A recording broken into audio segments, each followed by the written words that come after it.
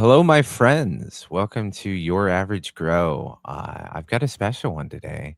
My co host for this fine evening, off of his very successful drop that we just found out sold out in 8 minutes, Alebrije. Yo, glad Thanks for to joining me, man. glad to be here in the co-captain's chair. It suits you nicely. This show might actually have some kind of intelligence about it today, and I'm worried you set a dangerous precedent. Nah, it always does. It always does. But we are actually interviewing someone today who I can't wait to bring on, but I think it's nicely tied in a little bow with you being the co-host today. AugustAutomatic.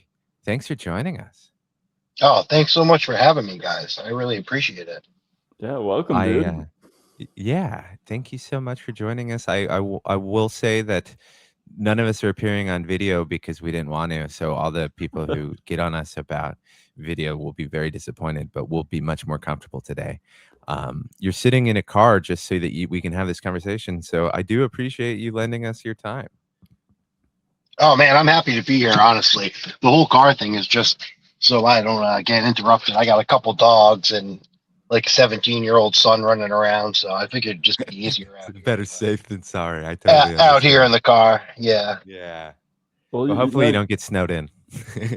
Oh no, I'm safe for that now. It's raining here now, so I'm good to go. Oh, how fun. Yeah, you've been such better than snow. You've been such an awesome, active member of the community, but at the same time, I feel like I don't know that much about your growth story and things. I do know a little bit about your recent breeding work, which I'm sure we're gonna dive into. Oh, yeah. But do you mind, Rev? Can I ask how? No, how go you for got, it, dude. You're a co-host. When did you get started into cannabis? How old were you? What's the backstory? So I'm 46 years old, so I grew up like started using like cannabis probably when I was like 17, 18, but really got into it after I turned 18. But had always wanted to like grow my own, but never like it just never worked out. I never had like a place of my own to do it and was always like bouncing around and stuff. But about 12 years ago, my wife and I like we bought a house and everything, and I was like finally able to I was like, you know what, I'm gonna start. I was just sick of like buying weed or having to like pay for it and stuff, and I was like, you know what, this is something I could definitely do myself. And so that's how I kind of got into it, and it's been about 10 years now. I think I started in about 2016. Oh wow, nice. Hell yeah. But I honestly started like I'm not really wasn't really into that internet savvy, or so I was growing like all that like Dutch stuff, you know what I mean, like Nirvana seeds, like Seedsman stuff, and I started with photo period. First Google search. Yeah. The first. Yeah, well, like I tried to do research and shit, but a lot of the like websites I had gone to, they were just pushing all that stuff. You know what I mean? It was really, if I knew now what I like, if I knew then what I knew now, man, I would have been growing a lot different things back then. But it's how I got started. Changed too, though. The scene has changed. I mean, post 2017 Farm Bill, I think a lot of American breeders came out of the shadows and things. So probably like back then in 2016, probably a lot of what you're seeing online was European Dutch stuff. Yeah, that was the only thing for beginners. If you knew nothing about the hobby and you like looked online, that was the first stuff that came up. And if you didn't know any better, you would have had no idea that these websites had a vested financial interest in these seed companies, right? Like you were too ignorant of the fact. Exactly. But I think you're right that a lot has changed. I wonder now if the first couple searches are still the same, obviously, but if you can go to page 2, there's probably more options. Yeah, if you get that far. Nobody gets that far. That's true. Hopefully you like figure out, how to dive into more, craft breeders doing their thing beyond just like the big Dutch seed companies and the big white labelers. But you clearly found your way though. Yeah. Well, I mean, nowadays I feel like a lot more. It's a lot more out there with legalization. A lot of states being legalized and stuff, and like you see a lot of like better things out there. Like I don't ever see besides like that fast bud stuff. You know what I mean? You don't ever see really anybody like pushing white label stuff, or I True. don't Yeah. really. You know what I mean? Like I guess there's like you don't see like Barney's Farm, or I don't really see like Not I guess as much people. as you used to, because I think Yeah, Barney's Farm was like the #1 search for any strain, right? Like and dude, if you typed in a popular strain, there was Barney's Farm was like trying to sell it. I actually grew out some Barney's Farm stuff back when I was growing photo periods, and it was not bad. It was actually pretty decent, honestly. I But literally have a Barney's in my tent right now. Yeah, yeah, their It's actually, Amnesia Haze was crossed into a lot of stuff. I have right now the Insane OG, which was a cut from our pal What Up Dogro. What up? And it was like the Barney's collab with Be Real from Cypress Hill, which Word. it's actually has that's like awesome. it's like Bubba Kush by OG Kush by like Granddaddy Perp or something. It's like a really like How classic, interesting. solid lineage, and he raved about it. And mine's in like mid flower at the moment, but it's fully seeded. So I'm gonna see a different expression a little bit, I'm sure. But I'm stoked. It looks awesome.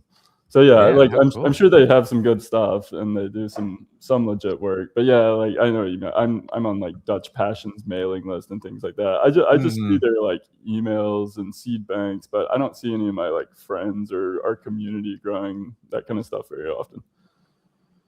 No, unless they've already bought it, and then or someone says something and they're like, fuck it, I'll grow it, right? Just to figure out if they can find something. But Right. Yeah.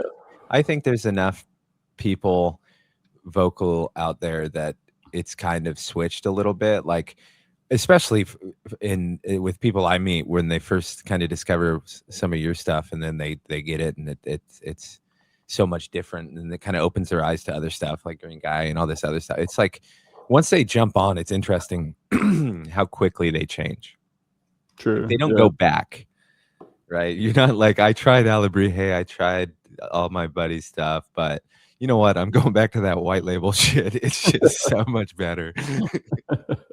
Yeah, that's for sure, man. I haven't like once I switched to autos and started like I held out like I could have gotten like Seedsman autos and or not Seedsman like Nirvana autos, and I had just seen mixed reviews on all sorts of those Dutch autos, but I kind of held out until I could get some Mephisto, and that's really what like hooked me on it. I grew a sour stomper that was just like off the hook.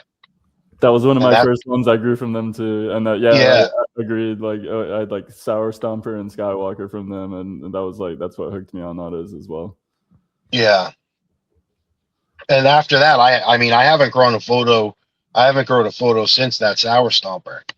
I moved into I grew a couple more Mephisto, and then I was growing Night Owl for a while, and then through like the Yag guys, I discovered Alebrije, and have grown out a bunch of that. I actually was growing out a Dogathon this current grow, and I actually lost it. It snapped at the main stem.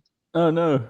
Yeah, I planted. I started, and I'm growing in these little tiny fabric pots, these like quarter-gallon fabric pots, and I started in a starter cube, and I put the seed too high in the starter cube, and I didn't plant the starter cube down far enough into the soil, so the plant got really, really big, but it just wasn't supported down enough at the base, and I just went down to check on it one afternoon, and the thing had completely snapped over. But funny enough, I have a couple clones that rooted from it, so I do have a couple rooted clones from that Dogathon.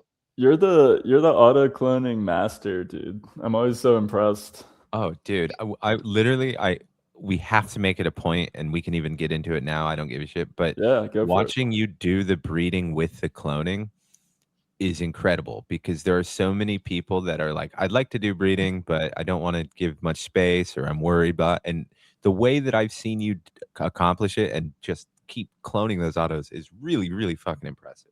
It's a brilliant way because you're getting It to is. see the full flowering expression and, you know, make in real time selections based on the flower, which is awesome. Yeah, like I never would have occurred to me to do that with autos.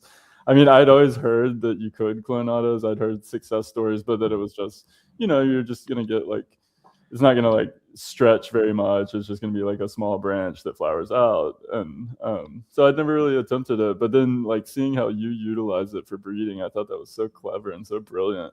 It really is. Tell us about your process a little bit.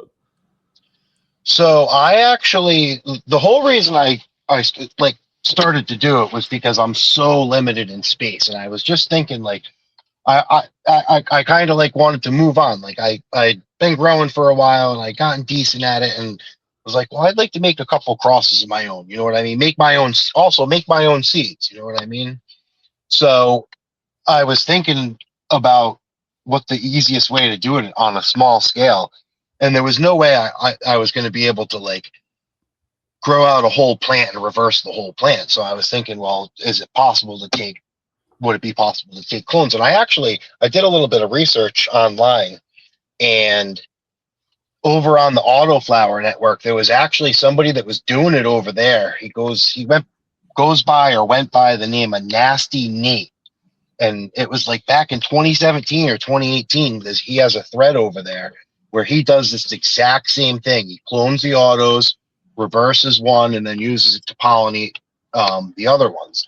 So I just thought I'd give it a try, and I built a really cheap aeroponic cloner that I just like Googled online, saw a YouTube video out of a 5-gallon bucket, and took the clones. I take the clones off of the first node right around the time the plant starts to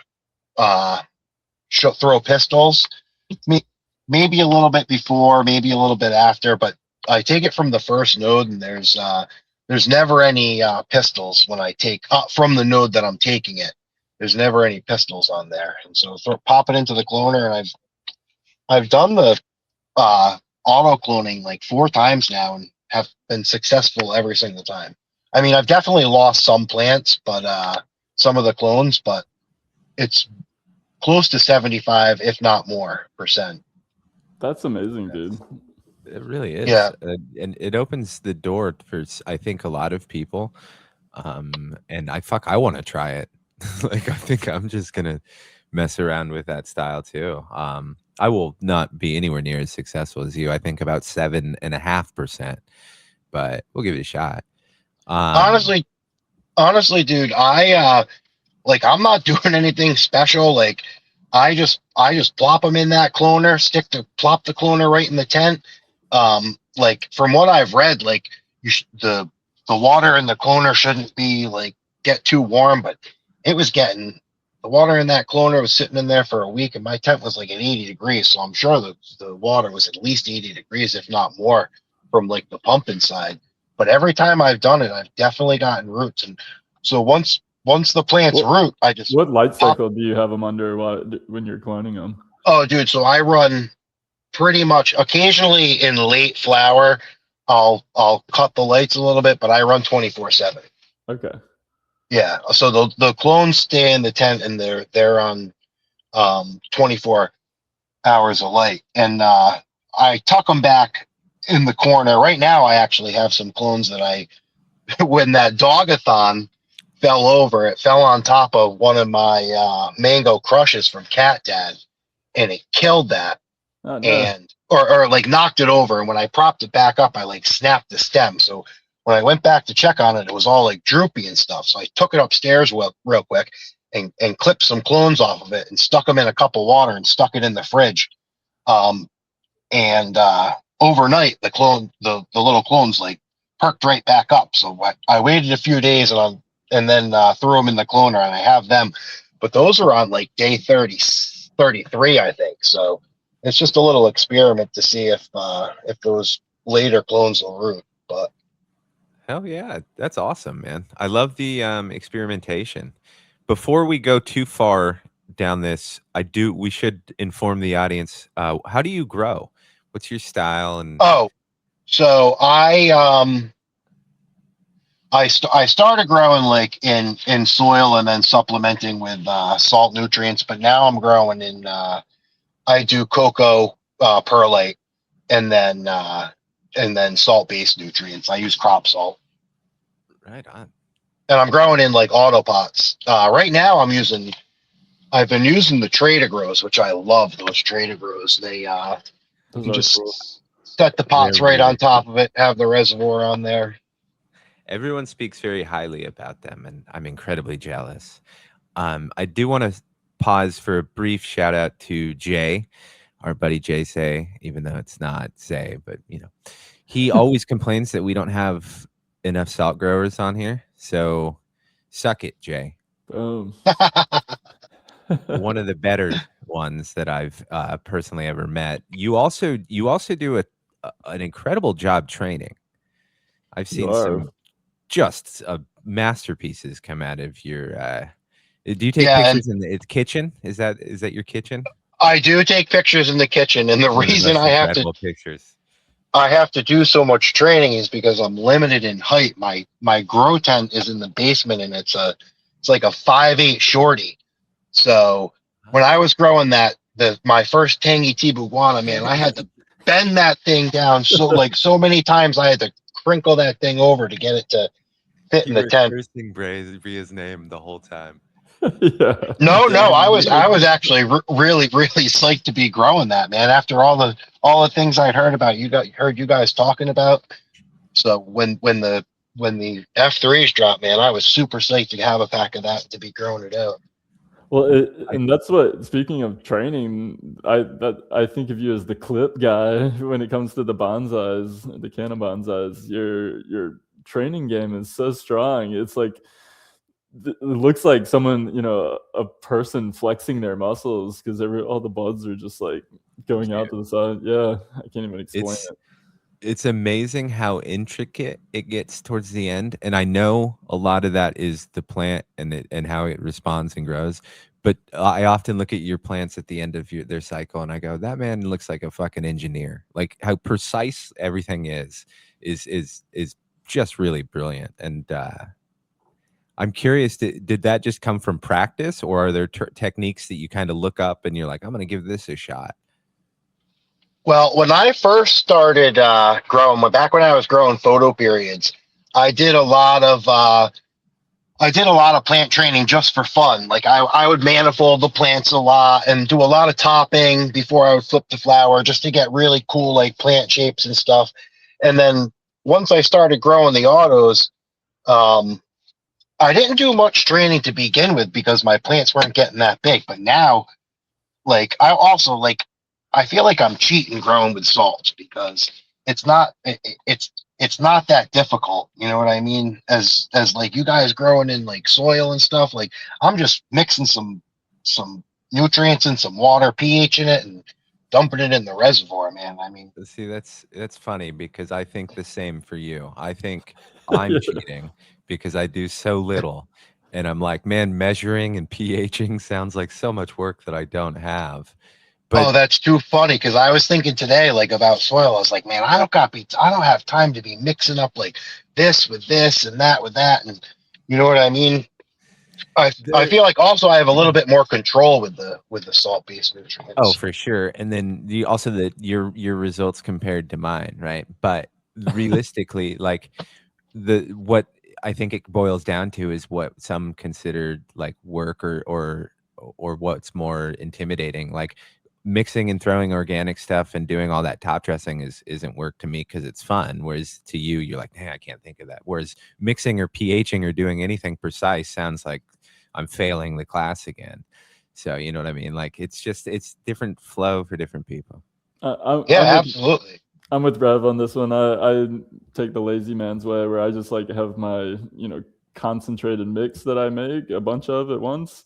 And then I'll mix it into my base soil and then I'll top dress it once or twice during flower, and then my one labor intensive thing is I do hand watering on all my plants, and that can be excessive. Your poor back. Managing. Oh my God. That's like 6 tents and like a ton of plants, but 7'2", having to bend down every single day. Oh man.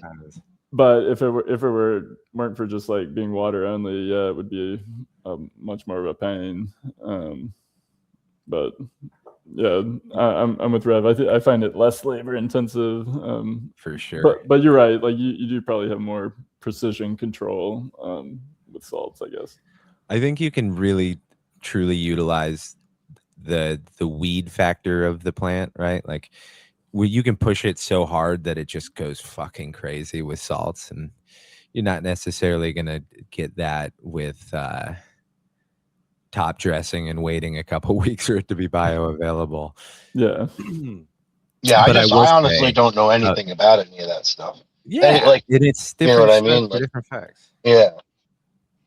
But I did want to, before we got too far from Alebrije's soil mix, if only there was some neat place where you've compiled these kind of notes, often with pictures that would have the recipe. Yeah, that recipe's in one of my zines on they're all posted on the zine channel in our Discord, which you can find. My Discord got nuked like 2 I was weeks going to bring it up later. So yeah, we lost everybody. So I think there's a link to it in the YAG Discord.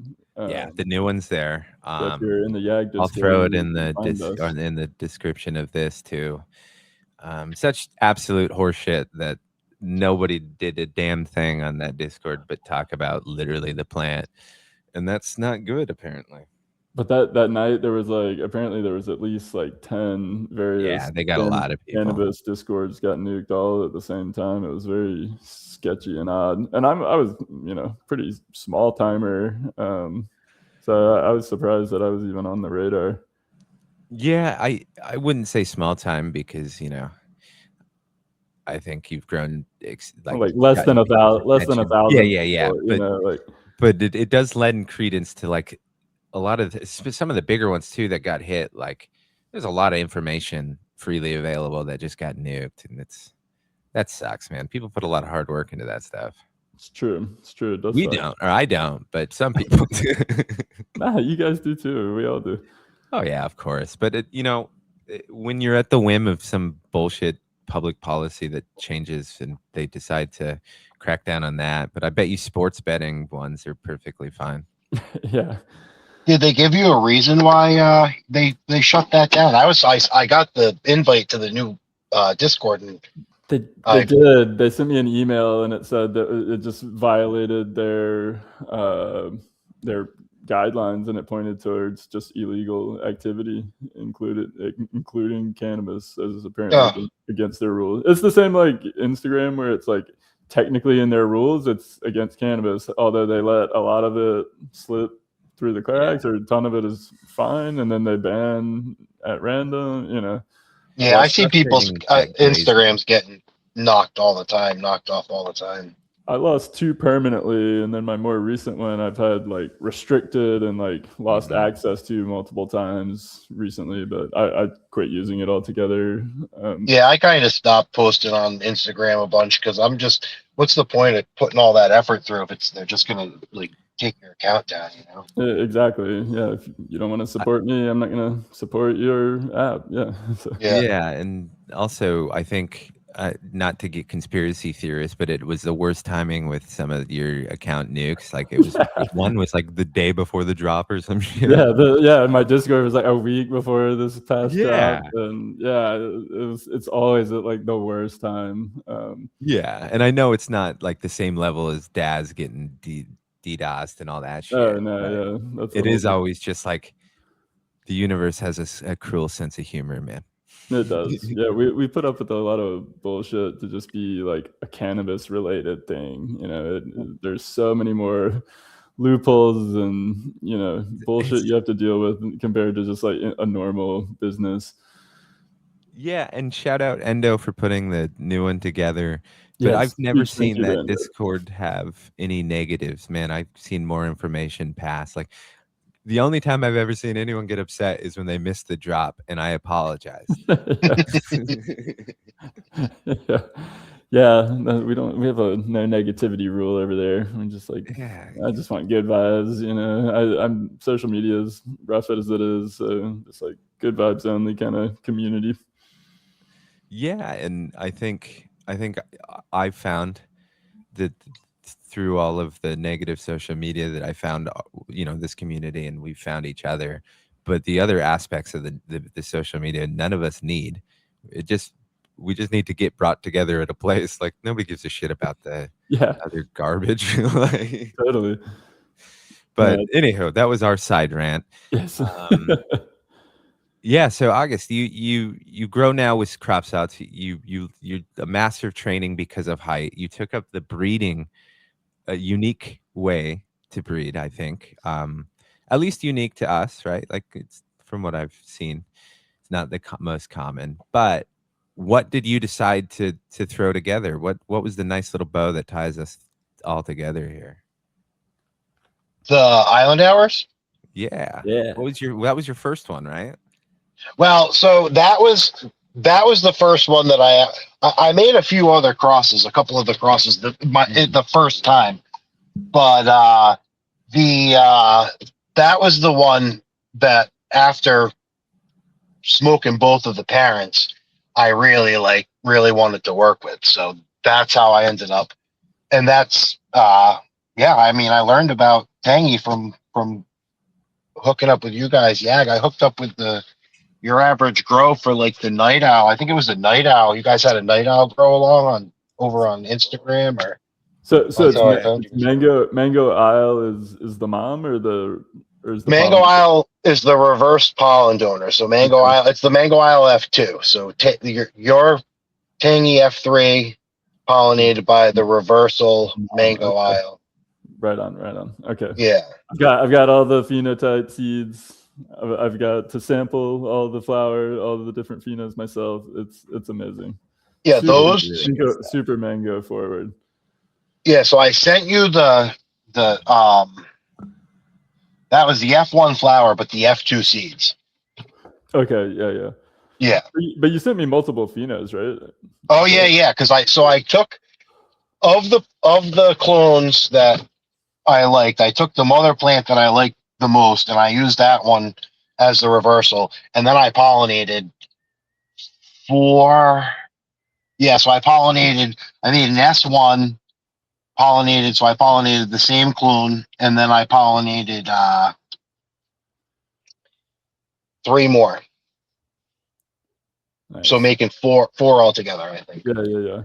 Yeah, there was the mango forward one that you mentioned. There was the tangy one. No, so you're talking. Those are the F2s that you have. I sent Okay. you F1s and F2s. Okay. And for like now that after like testing it out a little bit, the mango forward one is more mango in structure, like bud structure, and the same with like the tangy. It's more like structure wise. It's not necessarily the same like flavor wise. And those are the first F2s I've grown out. I have actually, I think, 5 more growing right now that are on like close to day 40. F2 is such a fun generation because you do get a lot of variance. It's really cool seeing the ones that I have now in the tent. There's definitely a nice variation. There's definitely some ones that I can see lean more towards like the very first tangy that I grew that was really tall and really stretchy, and then more that lean towards the mango. Mango was very late to flower, so I have some that some of the F2s that aren't as far along into flower. You know what I mean? It's just really cool being able to see. This is the first time I've grown out F2s to be able to see a difference. You know what I mean? Yeah, totally. No, and I mean, the more you can grow, the more variation you'll see. But at the same time, lots of common trait, especially when the parents were in the same realm to begin with, in that tropical-esque kind of profiles. But have you found some that you've felt like they're very clearly, a perfect mashup of the two, some of your favorite traits from each? So in the F2s, I've only grown out 2 so far, and right now I have another. I think I have another 6. I have another 6 growing right now. So I won't be able to test those out probably for another 60 days or so until they're done, Gotcha. or well, whatever until. But That does bring up an interesting point, Alebrije. When you are crossing two plants that you think will work well together, if they're too similar and you're having to search through that, is that a hindrance or does it make it slightly easier? Because if the differences are so slight, but you're kind of trying for one, I'd imagine it gets harder to refine it. It totally depends on the goals. For one, it's kind of like, what were you shooting for, like a nice mashup of the two? And then there's certain things like, for instance, tangy can be a genetic bully, and like it can dominate most other plants that it gets combined with. And I've combined it with a lot, and it usually imparts a fair amount of its traits. However, I was also just talking with Flam recently. He was saying the same thing about Dakar Hayes, that he's made a fair amount of crosses and feels like the Dakar is always like very dominant in most of the crosses. And so there's certain ones that just have that strong genetics that just do that. But there's times, like for example, in the building of Tangy, it was the Juicy Haloro, and I crossed the Zweet from Ethos with the Durban Sunrise from 2020, and they both had Durban in the genetics. So that was my goal, was to like bring out more Durban qualities. And I figured, okay, like these are both Durban hybrids, but maybe if I cross them together, that like Durban traits will express more. And yeah, I like to think that they did, but they also brought some different unique qualities from their respective, other genetics in the mix. But yeah, it depends on what the goal is. Sometimes it makes it easy. Sometimes it's nice, when you really know one plant and you're trying, like for example, in the Tangy Rainbows I've been working on for 4 years now.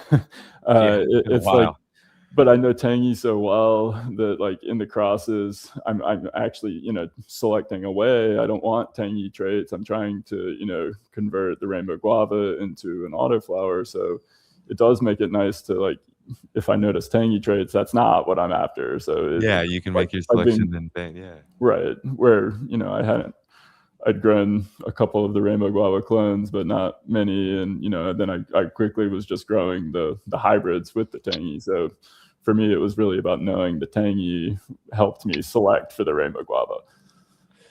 How cool. Thank you. Yeah. Now, August,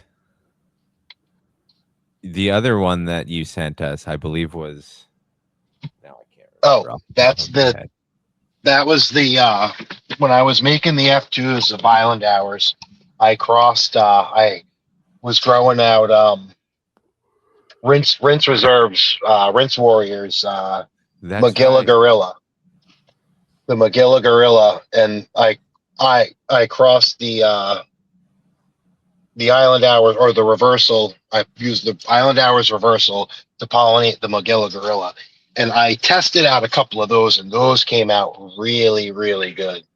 I was really impressed with how those came out, like flavor wise and just effects wise. They seem to be a little bit stronger even than the F2s.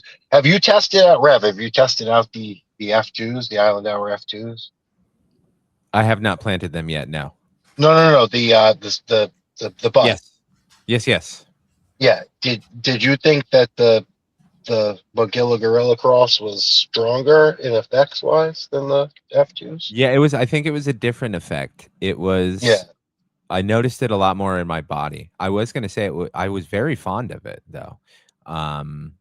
There was, I can't remember off the top. I have it written down here. I'll find it and send it to you. But I found my favorite amongst the ones that I've sampled.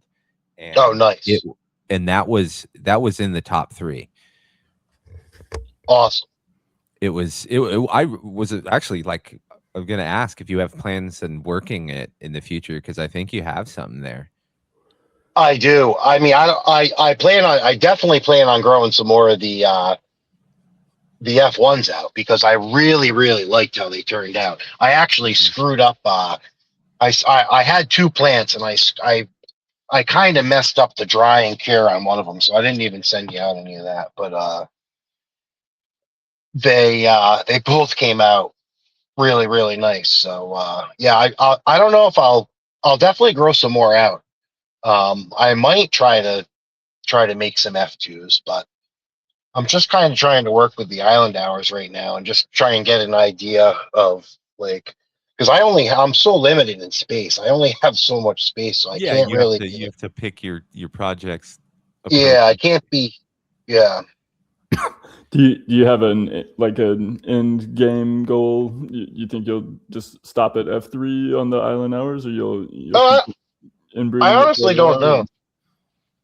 I'm just kind of messing around right now. Like I have some clones that I took off of the current batch that I have, that I will probably reverse one just for fun and make some F3s. But it's not, the F3s that I'm making aren't necessarily like a selection. You know what I mean? Because I only have like 6 of them growing, and Right. not all of them. A couple of them, couple of the plants clones didn't root. I see. So it's just kind of, I just be kind of like messing around and making the seeds not more so for selection, but just more so for fun, and then crossing it to the other clones that I have. I have the Dogathon clone, which I don't even have the mother plant, and then I have, I think, a Harlock Haze, a Rinse Warrior Harlock Haze clone. So I might cross that just for fun. You know what I mean? Yeah, And yeah, then no. see, yeah. Why not? That's Oh yeah. I think that's the best way to do it, is just experiment and mess around and have fun with Especially it. if you don't have to devote your entire grow space to it and you can mess around with clones. I don't know how you wouldn't end up drowning in seeds, right? Like if you're like, oh, there's a little space over there, I make a couple hundred seeds. Like that's pretty cool. Oh man, and the clones, I have, like, each clone, hundreds of seeds. I got, like, probably off of one of those clones, I've gotten like 2 to 300 seeds off of just one of the little clones, because I pollinate the whole clone. The whole clone gets pollinated, every That's single bottom. amazing. Wow. Yeah, like all those. I sent out a bunch of Island Hour seeds to like the Yak guys, and then there was like You sent over one on to the. literally every single person who asked, didn't you? I saw that. Yeah, that was amazing. Yeah, well, dude, I have so many of them. I actually sent out. So there were. I made like 4 different sets of seeds, and I sent out the B seeds, which came from the were pollinated by the, I labeled them A, B, C, and D. So the B plant, those are actually ones that I haven't tested out myself. I've tested out the other ones, but all the ones I sent out to everybody, I haven't grown out myself yet. But a bunch of people have, or I don't know, a bunch of people, but at least 1 or 2 people have popped some so far. I definitely am I'm gonna put it in a solo crep at the very least. Here coming up soon. No, I What? definitely look forward to popping mine as well sometime soon. I'm trying to figure out what I'm going to be doing this summer. That'd Yeah. be a fun one to incorporate for sure. You going out of the country on a vacation, or are you just gonna do something local?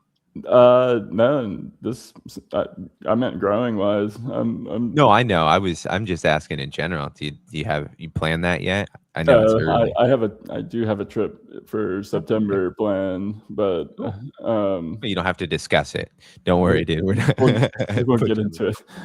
yeah. But I'll just need the hotel's address so I can broadcast that later. but no, I'm just trying to figure out what I'm going to be growing this summer and what I'm going to be breeding this summer. I might do another outdoor run, I think. That sunny outdoor run really did prove to like that my super high humidity in my tent at the end of hour. I think Gannick had gnarly humidity too. Really did prove that that sunny tea could handle it. So at the very least, that outdoor summer grow is good for testing. It's great for testing mold. Yeah, I had certainly had other plants out there that just got riddled with mold. So yeah, it was very clear to me that the Sunny was very resistant to it. Yeah, there Somebody you was go. just asking me the other day saying that they had a Sunny they were worried about, and they were out of town, and they thought their humidity was going to spike. And I was like, "Don't worry about it. You'll be right." Yeah, that one will be fine. Handled Yeah. my zone in the summer in like full rain. You'll be fine.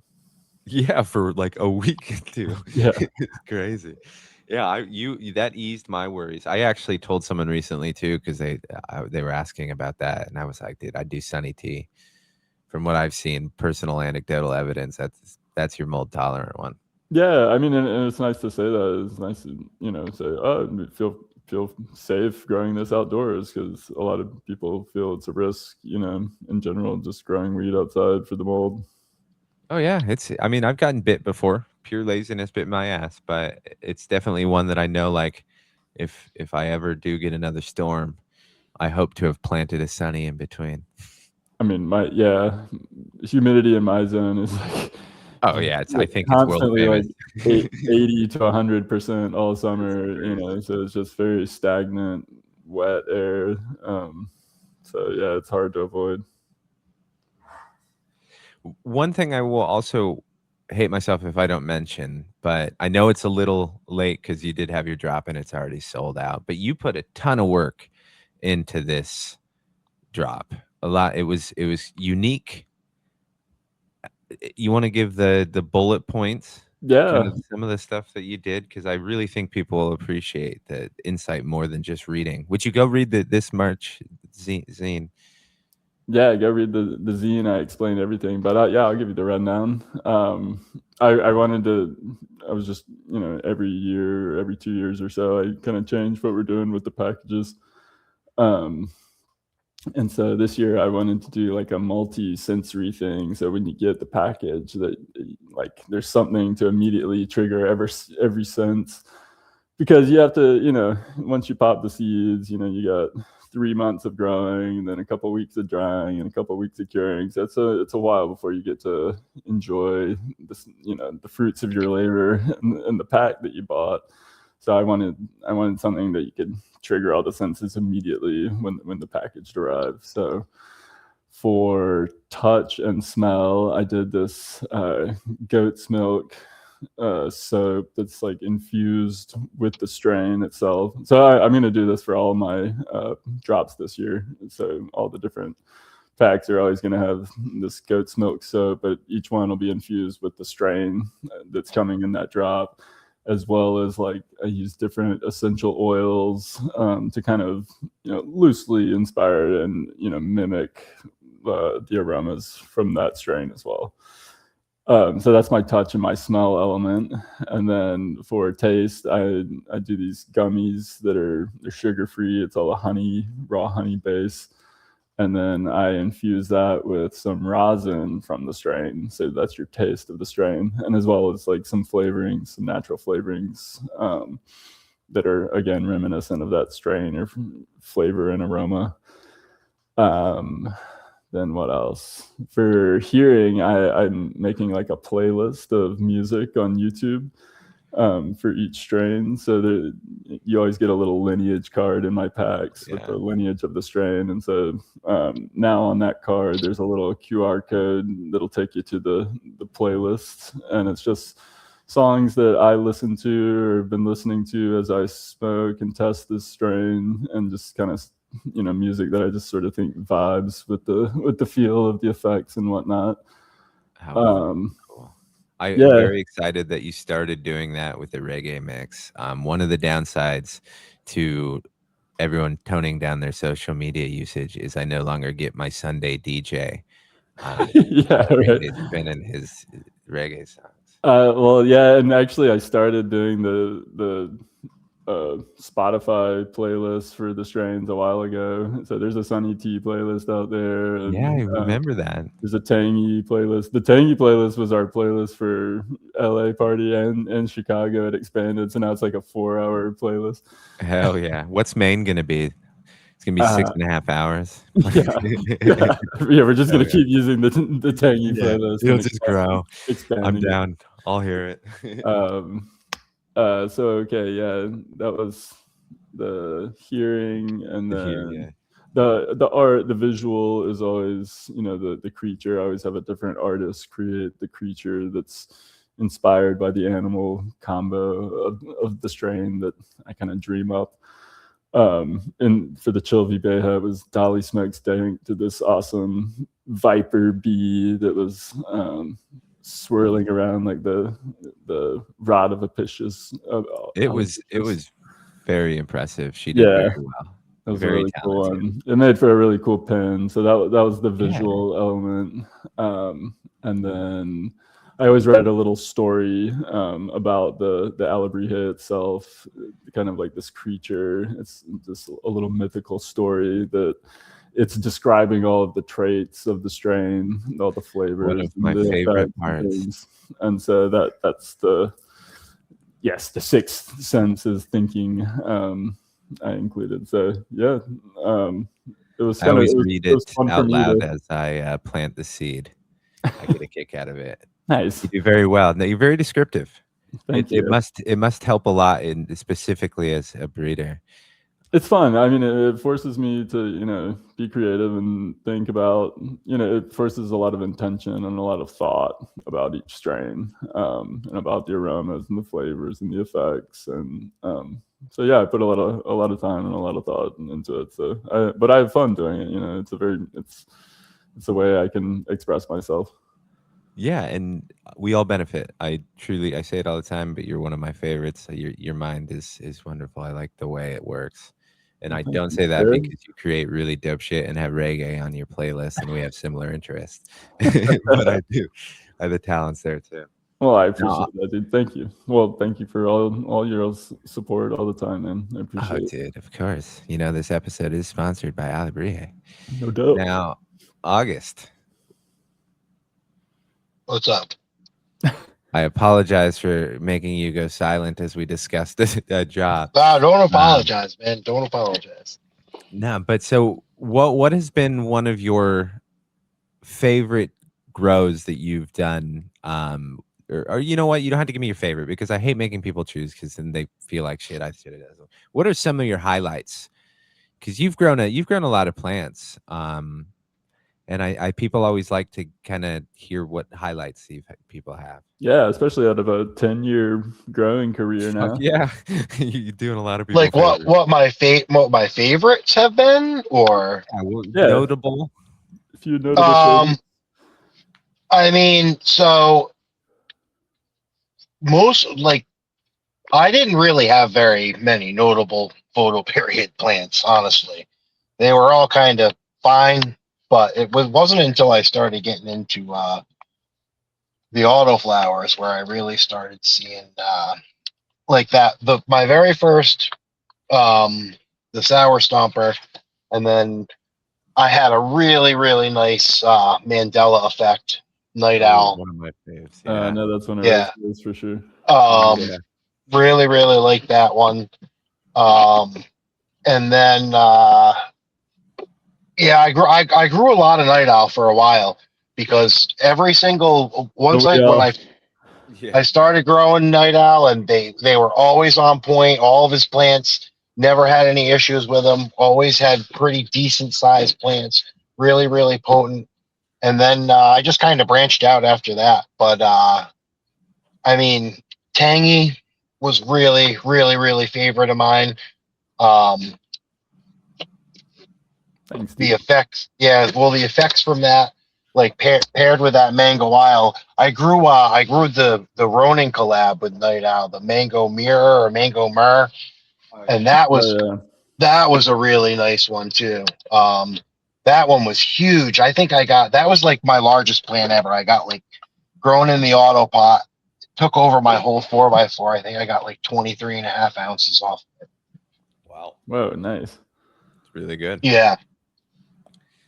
Yeah, I think everybody who grows a night owl is like, fuck, does good work. He does. I just went all in on that banana drop too. Yeah, I picked up anything with Queen's banner, and I'm just like, damn it. I picked up a pack of the banana OG just to test it out. Yeah. Yeah. Nice. I also got Durban Piff and Sour Durban. Oh yeah, Yeah, those are howling and Oh. those are photo periods, right? yeah. Nice. I think I got to smoke. I think I've smoked someone's testers of that. You smoked Howling's Durban Hippie, I believe it ended up being called. Durban. Okay. Yeah. I think I also Yeah. smoked cumin. There was some other stuff there too. I'm trying to remember what the other. I think the other one was Little his Durban. Kenny just had like the straight Durban, I think. Yeah, his Durban. Yeah, that was fantastic. And then yeah, whatever cumin grew, there was another Durban cross. I think. Yeah. Um, Anywho, fantastic stuff. I hope to Nice. get some banana. I'm Like not good banana. enough to like. I've never personally tasted it. I Everybody has. totally agree. I've never gotten much banana in weed. And then my wife the other night, she opened up a jar of the freebie in this drop I did today, the fuck Big Pharma, and she was like, smelled straight up like banana candy. I was like, what? Seriously? Like, I don't get that at all. I get like the sweet, creamy pine and, you know, like some citrusy, lemony notes, but like I don't get the banana. Yeah. But she picks it up immediately and was like, okay, well, I didn't even list it in the description. This was like just yesterday she told me that, and I was like, oh, whoa. You know, I saw the Judas mentioned.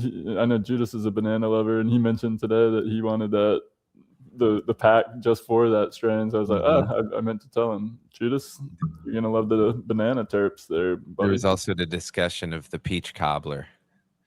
Oh yeah. Already people are like, well, I got to do a reversal. Yeah, there's only like one seed per. I just didn't have very many of that one. But my buddy Mighty Mike, who was doing all the testing, shout out to him for all the like CBD and THC percentages on all those mixed ratios. He tested that one and it was so like straight up peach and brown sugar, and I was like, okay, love it. I grew that one a few years. Those seeds are several years old.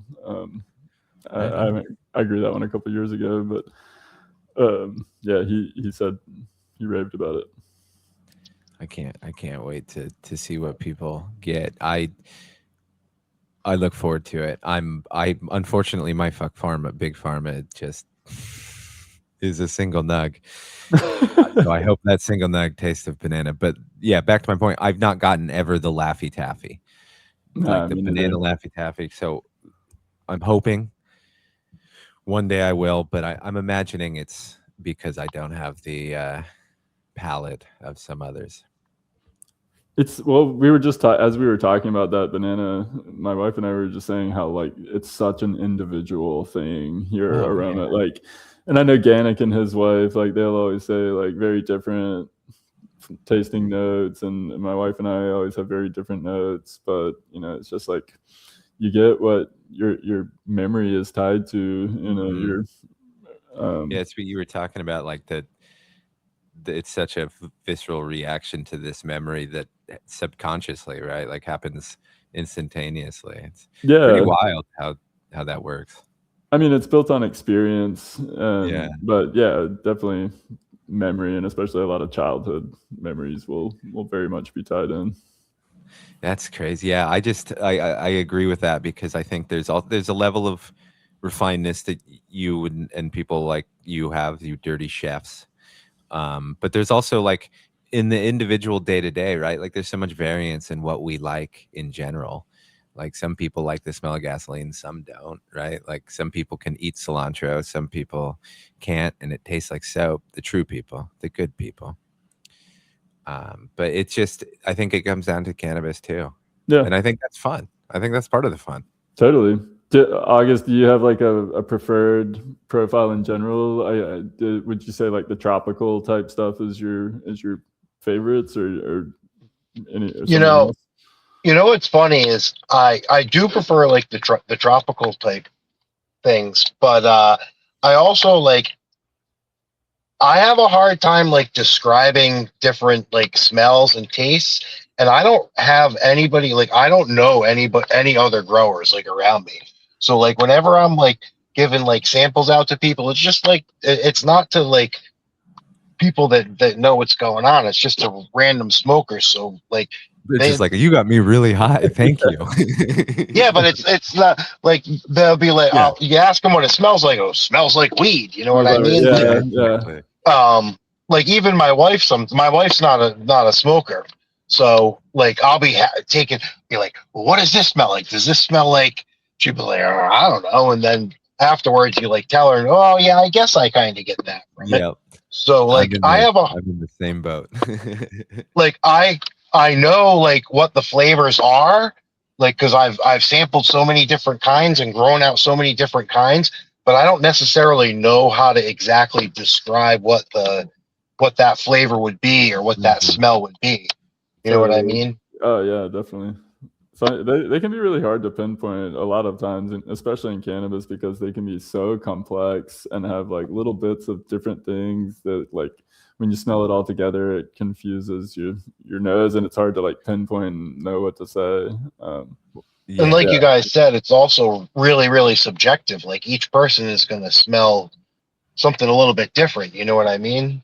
Totally. And for me, that's one thing that I just like, you just sort of develop a little bit of a confidence and just being like, like, if I smell it or if I think I smell it, it's okay to say it, because again, it is subjective, and that, I'm not wrong if I think I smell it, It's No, so funny that's 'cause there awesome is to some hear, man.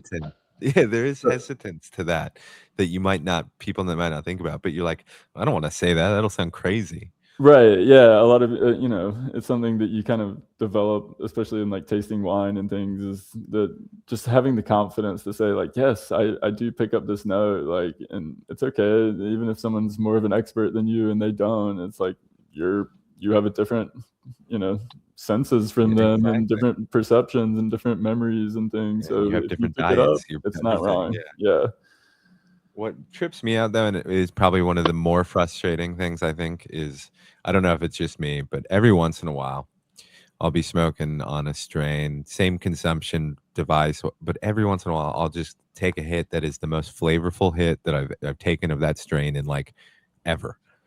And I can taste everything. And then I'm like, oh shit. And I put a new bowl in there and I go to smoke it and it's much more muted. And I'm like, God damn it, man. Like, or a dry puff, right? You take a dry puff on a joint and it's like super flavorful.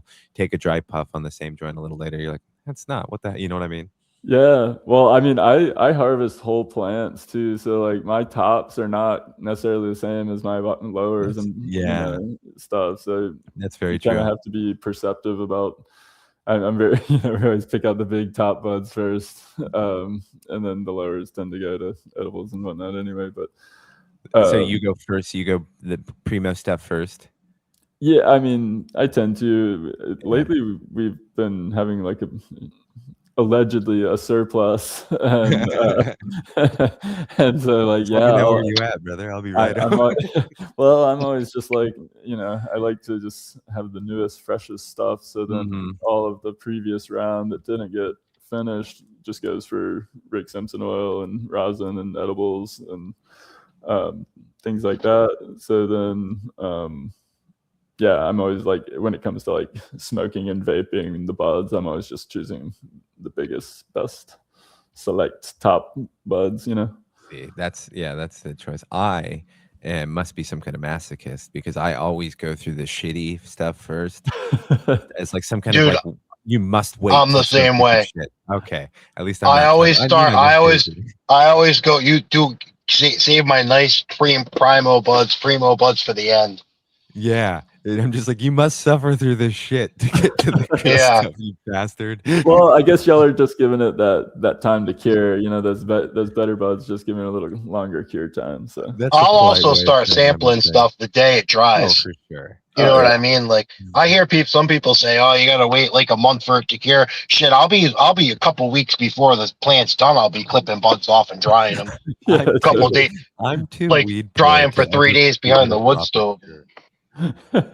Well, I that's do make sure that I always save. See, that was my mistake. I thought that like the only way it would work for me is if I cured the whole plant. That's how I thought, right? And I was like, I can't do that. I'm too weed poor. What I realized is if I just hide a percentage of each plant from myself and I rediscover it in it months and months later, and it was stored proper, I win and win. So I at least store a couple ounces away, like Well, I'll come back to it in emergencies. that's one of the benefits of like flower vaping. Oh yeah. Is that you just, I feel like you totally don't have to do much of a cure. Like, the moment it's semi-dry, you can grind it up and put it in your vape and, get some great flavor and usually a pretty heady high, honestly, when it's pretty uncured. I feel like Yeah, when you I pick up a use lot of whenever I'm cotton testing out my and stuff. flower, I'm using a vape, dry herb vape for the most part. When I'm like testing it out, even like when I'm clipping it off the plant a couple weeks before it's done, drying it out early. Same. Oh, Usually, absolutely. yeah. That's the way to go. I use a ball vape, and it saves me a lot because I can be like, I'm gonna sample this or rush a little bit. I can also be way lazier with my trim because it's like, well, it'll just grind up and I won't know. You gotta get on the edibles game with the trim, Rev. You know what I really do, but the only thing that's stopping me right now is my laziness. So I have no excuse, specifically because Megan could really use it. So I started. That's part of the reason. Like I was really thrilled about this drop, is because I can use a lot of it just to like experiment with helping with Megan, because right now I do not have very many options to offer her. I have the shit that makes me get to work and do the thing throughout the day. I don't have anything like, hey, you want to sit on the couch and watch TV? Yeah. That because of the way my body works and my mind works, it doesn't work for her. So I really have to now kind of plan a little bit, not much, because then I'll be weed poor even more, but a little bit, put some mindful thought into it. And so I'm really excited that you've continued the Alebrije medicals. Oh yeah. It's like as I get older, I tend to. I've been using more and more mixed ratio type stuff and find its place for given time of the day or just for some general pain relief without getting like super messed up. I found it works as a little bit as a not a reset, but it helps me when sometimes, like you said, like where it's just like I can't just keep smoking this shit. Like I'm fucking having a horrible day. It kind of gives me that like now I can chill and reset a little bit, because you can get way more wound up, especially with the medicine I use. I can get real wound up at the end of the day if I'm like been working a lot and shit. So yeah, just going high THC all the time can spike anxiety. So if you're using weed for anti-anxiety, that's not always a good thing. So having some lower dose or some things with high in pinene or high in CBD, high in beta caryophyllene type stuff, that's going to be good to just like calm your nervous system and chill out a little bit more. For sure. And I think that's awesome. Now, August, we play ridiculous games around these parts, and I recently changed the questions that I ask. So, Alebrije, you'll have to answer it too. Okay. But, August, if you're not familiar, I'm going to ask you 3 questions in rapid order. You are not married to the answers, so do not feel anxiety if you choose your favorite movie and it's not really your favorite movie. I'll ask you again in the future. Trust me, I enjoyed our conversation. I selfishly get to choose who comes on this podcast. So you'll get another chance, I promise you. But I'm going to ask you 3 questions, and then we'll shoot between you two. You guys got it? Sure. Got it. Perfect. We'll start with August. Your favorite movie? I don't have a favorite movie. What a terrible answer to that question. What's a movie you like? I'm not a big movie guy. American Beauty. American There Beauty. you go. That's a movie. Fantastic. Alebrije. I'll say it's not my favorite, but it's top 5. I just saw it the other day. Is Kingdom of Heaven. Okay. Yeah, that's a good one. Right on. August, do you listen to music, or are you just full anti? No, I listen to music. Okay, favorite band or musician? Favorite band or musician? That's a tough one, man. That's like picking your favorite strain. That's why I said Yeah. you don't have to be married to it. You just got to go with one of your favorites, right? Like I said mine just because they were releasing an album soon. Oh man. What's one of your favorite bands? Like one of your top, just has to be in your top 5. Top 5 bands. You don't got to list all 5, just one in your top. I know, man. That's What top 5. band do you like? I listen to a wide variety of music, so I've been listening to what have I been listening to lately? I've been listening to a lot of classic rock lately. There you go. Nice. I can dig that. Genre is a suitable answer. Yeah. My favorite band is a classic rock band is Led Zeppelin, all-time favorite band. Solid choice. I was just listening to a video on YouTube that came up about Bonham's drumming in when the Levy breaks. Yeah. Fucking incredible. So amazing. Alcohol is terrible though. Poor kid. All right. August. Why do I keep wanting to say August? August. That's fine. I'm horrible at this I will game. fuck up everything if possible. Okay, August, which is funny because that's my sister's birth month. You think I'd know it? What is your favorite television show or book or comic or something other than movie or band? What's any of those? Television show, book, or what else? Or anything else, like favorite comic, favorite, hell, you could say album, favorite play. I think I picked a play. God, I'm so bad at this. It's okay. Yeah. They're tough questions. Yeah, they're really not tough questions. Favorite television show? There we go.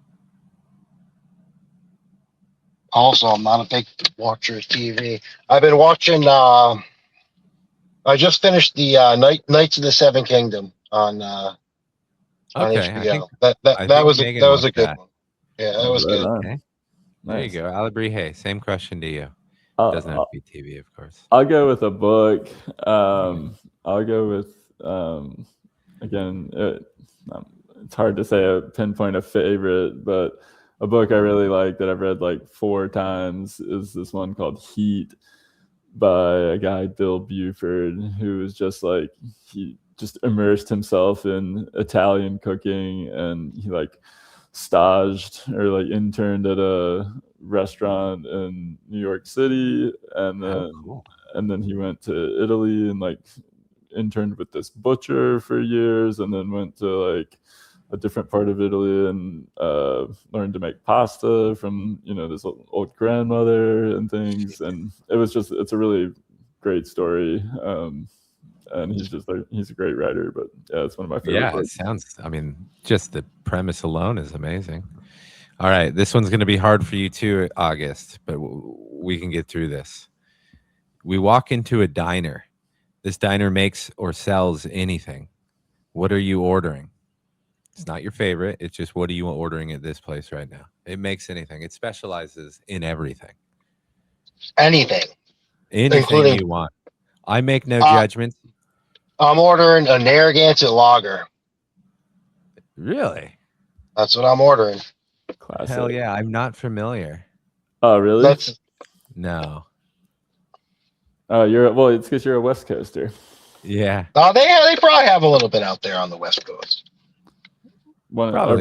A restaurant I worked in, WD-50 in New York City for a while, like we would always have a shift beer at the end, and for like several months, I don't know why, we had just gotten like tons of Narragansett. I'd never heard of it, but yeah, I was pretty familiar with it after a few months.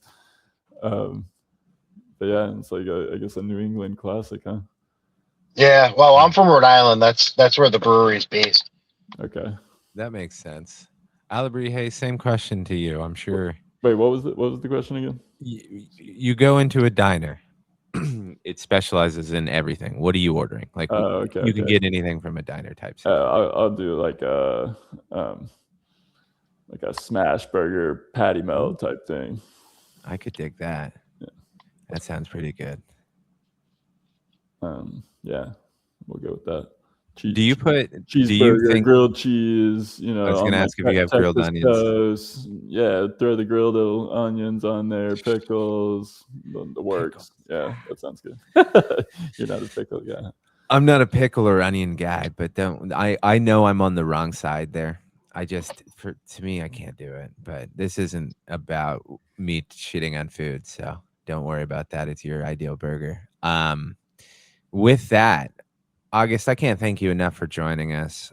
Alebrije, I can't thank you enough for being my co-host on this drop night. You're a busy son bitch, but No, I'm this was glad you're a back blast. from your social media break. I hope that you still limited in the future. I think we can all do with your example.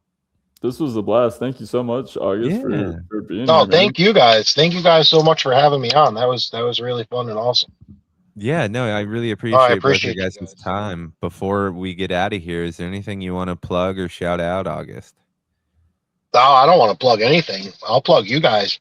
Buy from hit the next Alebrije drop. First, at least. Jesus Christ.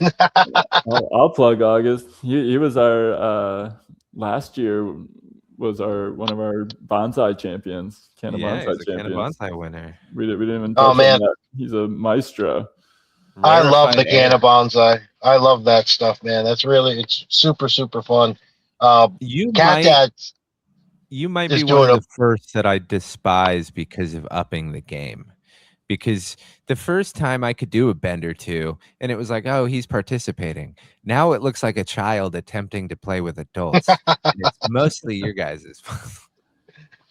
No, you just pinch the thing until it starts to bend. You know what I mean? They're pretty resilient. Some of the times I'm surprised a couple of the plants that haven't hermed on me, honestly, from all the stress I've given them. I've never had a plant, never had an autoflower herm on me. I've had a couple throw nanners late in flower, but never an actual herm. I've been lucky that regard too. Mostly because if you trust your friends and you only grow your friends' shit, you're kind of safe. Well, I've Yeah. had herms, but that's why I make sure you guys don't get them Exactly. because then Yeah, that's what you I don't do. release those ones that have them. You're like that picture of the dude standing in front of the kids with all the arrows and shit. You take Yeah, their I mean, even with that level, it still happens. You know, Oh, of I'm course. sure people have gotten herms in my gear. You know, like it's just something like it's nature's way. It's nature. Exactly. They want to live. Yeah. Alebrije, is there anything that you want to shout out, or are you wanting to plug anything? Nah, just shout out to the community. Thanks for a good drop today, y'all. Appreciate all the support. Hell yeah. And shout out to you, Rev. Thank you kindly. Keeping Yag strong. Love it. Yeah, I think there's still less swearing that needs to be done, but no, I'm just kidding. This was fantastic, guys. And Thank you to so much. August. No, it was awesome. Yeah. Awesome to hear more of his story. It was great, honestly. Yeah, thank you guys so much. For a while. Thanks for joining us late on a weekday, guys. Adios, amigos. All right, bye, guys. Thanks.